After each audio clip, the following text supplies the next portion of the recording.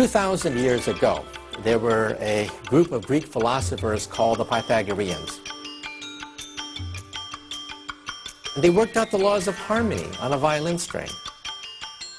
They realized if you take a violin string and you looked at the resonance of it, the resonances corresponded to integers, and they were marveled that music could be explained in terms of a vibrating string. And they then said that perhaps the universe could be explained by the laws of harmony. We now believe that we can revive the thoughts of the early Pythagoreans and explain the universe through vibrating superstrings.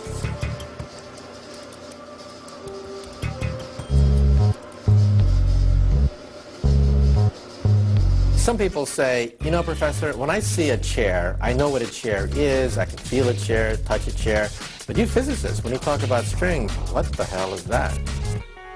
Well, yes, we are all agreed what a chair is. The chair has 4 legs and it's made out of wood or metal and it has atoms inside. However, what makes up the atoms? Well, if you look inside the atoms, there's electrons whizzing around the nucleus.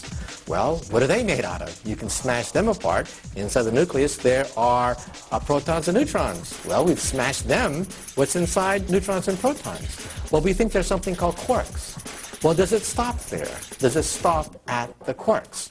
We now believe that if you had a microscope and could look at the quarks themselves, you would realize that they are nothing but little loops.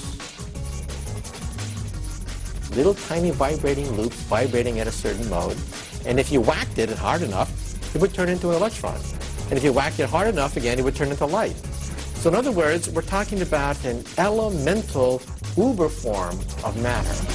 One object, such that if it simply vibrates in a different way, it can create all the things we see around us. Therefore, instead of having this whole zoo of subatomic particles, you just have the string.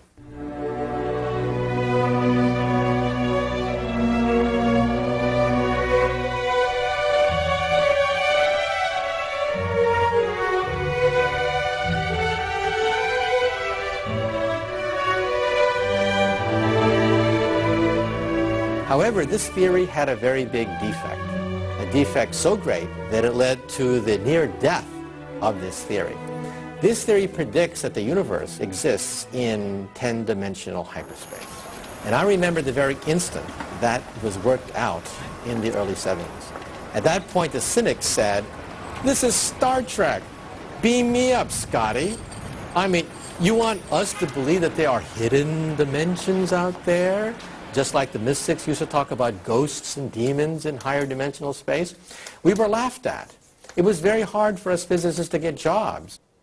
People were saying, this is science fiction. This is not physics. We're talking about a theory of everything based on 10-dimensional hyperspace? Come on. Well, we had the last laugh, because now string theory is taught in all the major universities.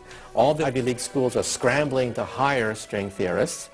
And we now believe that the mind of God is music resonating through 10-dimensional hyperspace.